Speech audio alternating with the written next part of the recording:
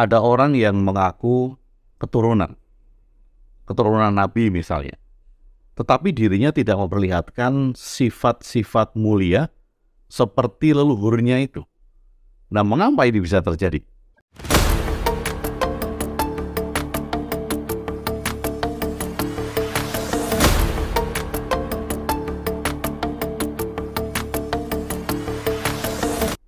Sahabat Bahtera, banyak yang bangga bila dia diakui sebagai keturunannya siapa gitu. Kalau di Jawa itu ada keturunan raja, keturunan penguasa. Nah, dia bangga bahwa dia adalah keturunan dari leluhur yang besar, leluhur yang punya kuasa atau leluhur yang mulia. Nah, orang-orang yang selalu membawa keturunannya ini, nggak ada yang tanya, tapi kemudian dia selalu bilang bahwa aku keturunannya ini, aku keturunannya ini. Nah, ini terjadi adalah ketika seseorang tidak percaya diri kepada dirinya, sehingga dia harus mengambil sosok otoritas yang lebih tinggi dari dia. Nah, orang-orang yang tidak membawa keturunan, yang lembah mana itu adalah rendah hati ya. Lembah mana punya sopan santun yang tinggi, punya etika yang tinggi, mereka tidak akan membawa keturunannya siapa. Yang mereka tonjolkan atau yang mereka perlihatkan kepada orang lain adalah tindak tanduknya sendiri, perilakunya sendiri. Sehingga orang lain menghargai dirinya itu bukan karena keturunannya siapa, tetapi karena tindakannya, karena perilakunya, karena etika yang diperlihatkan, karena moral yang dijunjung tinggi. Nah, misalnya saya. Kalau kemudian saya membanggakan bahwa saya Agung WB, saya adalah keturunan Raja Majapahit kesekian. Tujuan saya tentu bahwa apapun yang saya omongkan, itu saya menuntut orang lain mempercayai saya karena saya adalah keturunan dari Raja Majapahit. Nah, sama ketika ini terjadi dalam hal apapun juga. Nah, lalu kalau ada orang yang mengaku keturunan dari leluhur yang mulia, tetapi saat ini dia tidak memperlihatkan sifat-sifat seperti leluhurnya. Kembali lagi bahwa di dalam DNA itu ada informasi genetik, sifat yang diturunkan. Nah, tentu saja kalau leluhur Anda mulia, kalau leluhur Anda agung, kalau leluhur Anda itu mempunyai sikap sopan santun yang dikedepankan, tentu sifat-sifat genetik itu harus turun di dalam diri Anda. Jadi sahabat, mari kita jangan membanggakan kita keturunannya siapa. Jangan membanggakan kita hasil dari silsilah leluhur siapa. Tetapi apabila kita bisa memperlihatkan perilaku yang baik, kita bisa memperlihatkan etika yang baik, kita bisa menjadi role model atas moral yang baik, maka itu yang kita kedepankan. Bukan hanya kita selalu bilang bahwa saya keturunannya ini, saya punya silsilah ini.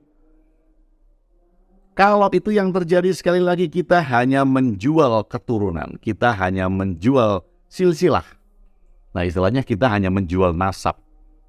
Kita menjual nasab untuk nasib. Wah, ini marah kan? Banyak orang yang menjual nasab untuk nasib. Agung WB itu bernasab berujung dari leluhur ini.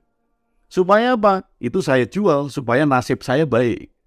Saya mendapatkan uang, saya mendapatkan pasar, ada orang yang membayar saya karena nasab saya.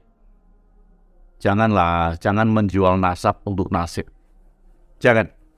Sekali lagi, mari kita jangan menjual nasab untuk nasib. Parah kalau seperti itu.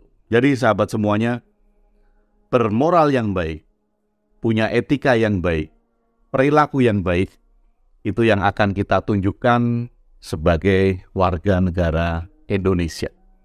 Untuk menjunjung tinggi budaya-budaya di Indonesia dan memajukan peradaban di Indonesia, kita memerlukan itu.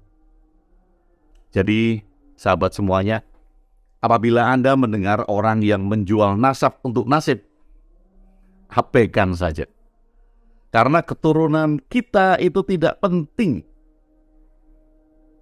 Leluhur kita siapa, itu tidak penting. Kebanggaan akan leluhur kita siapa, itu tidak penting. Yang penting adalah perilaku yang kita tunjukkan, moral yang kita tunjukkan, etika yang kita tunjuk. Setuju nggak? Boleh setuju dan boleh tidak. Anda boleh setuju dan boleh tidak apakah kita bisa menjual nasab untuk nasib atau tidak. Tetapi kalau saya tidak setuju menjual nasab untuk nasib. Sahabat Batra, apabila Anda menemukan orang yang mengaku tentang leluhurnya, kemudian mengagung-agungkan leluhurnya, tetapi dirinya tidak mencerminkan etika, moral, dan perilaku leluhur yang dijunjungnya, maka orang itu tidak layak untuk diikuti. Orang itu tidak layak untuk dijadikan panutan. Orang itu juga tidak layak untuk dijadikan bahan ajar atau role model kita di dalam kehidupan, siapapun itu. Tapi banyak dari mereka yang tidak mengaku ada nasab, tidak mengaku ada keturunan dari leluhur yang hebat. Tapi dalam kehidupan sehari-hari, mereka memperlihatkan perilaku yang baik, moral yang baik, etika yang baik. Maka orang-orang ini layak kita junjung sebagai guru kehidupan. Mereka, para guru kehidupan, adalah para guru yang memperlihatkan implementasi dari etika, moral, dan perilaku.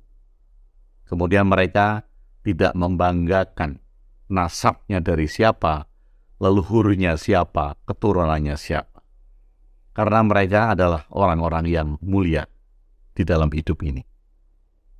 Sahabat Batra, semoga bermanfaat. Terima kasih sudah bersama saya, Agung WB, di Jonggring Saloko.